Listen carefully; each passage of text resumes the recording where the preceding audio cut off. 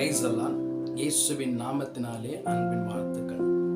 எவரையும் பலப்படுத்துகிற கர்த்தர் என்ற தலைப்பில் தொடர்ந்து தியானித்துக் கொண்டிருக்கிறோம்.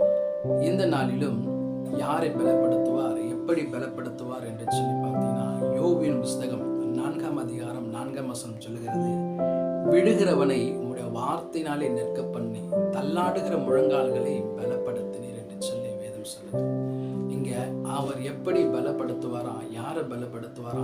விழுகிறவனை அவருடைய வார்த்தையினாலே நிற்க செய்வார்.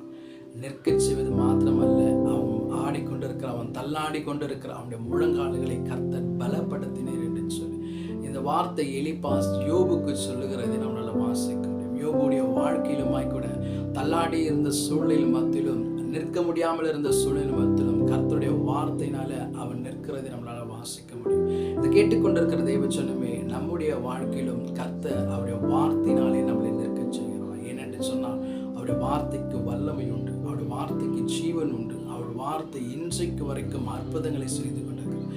அவர் ஒரு வார்த்தை சொன்னால் எல்லா விதமான சூழ்நிலை மாறும் என்று சொல்லி நம்மளால வாசிக்க முடியும்.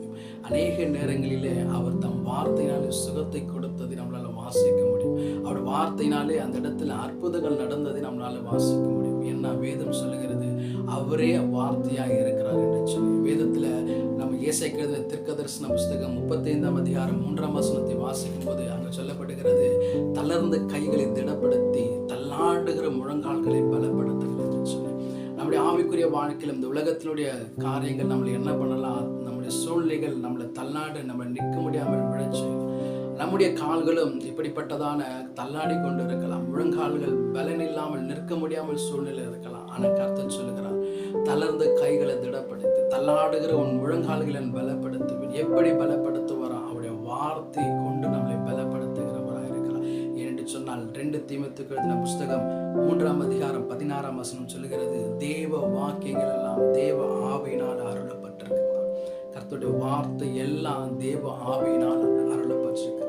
தேவனுடைய மனுஷன் எந்த தேறினவனாகவும் எந்த நற்கரியம் செய்ய தகுதியுள்ளவனாக இருப்பதாக, அவருடைய வார்த்தைகள் எல்லாம் தேறினவனாகவும் நிற்கும்படியாய் கூட தேவ வேத வாக்கியங்கள் எல்லாம் தேவ ஆவியினாலே அருளப்பட்டு அவருடைய வார்த்தையினால கர்த்தர் நம்மளை பலப்படுத்துவார். தள்ளாடி போயிருக்கிற உங்க முழங்கால்களை, தள்ளாடி கொண்டிருக்கிற உங்களுடைய கால்களை அவருடைய வார்த்தை கொண்டு அவர் பலப்படுத்த அவர் உண்மை உள்ளவராக இருக்கார். யோபுக்கு மாத்திரமல்ல, தாவீதும் இப்படியா சொல்லுகிறான், கர்த்தர் என்னை தள்ளாட விட்டார்.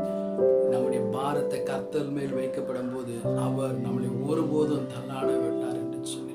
எல்லா விதமான தள்ளாடுகிற சூழ்நிலையும் தாவீதை கர்த்தருடைய கரம் தாவீதோடு இருந்து அவனை பலப்படுத்தின கர்த்தர் இந்த நாளிலும் யோபு தாவீது மாத்திரமல்ல, நம்முடைய வாழ்க்கையிலும் தளர்ந்து போயிருக்கிற காரியங்களை கர்த்தர் பலப்படுத்த அவர் உண்மை உள்ளவராக இருக்கிறார்.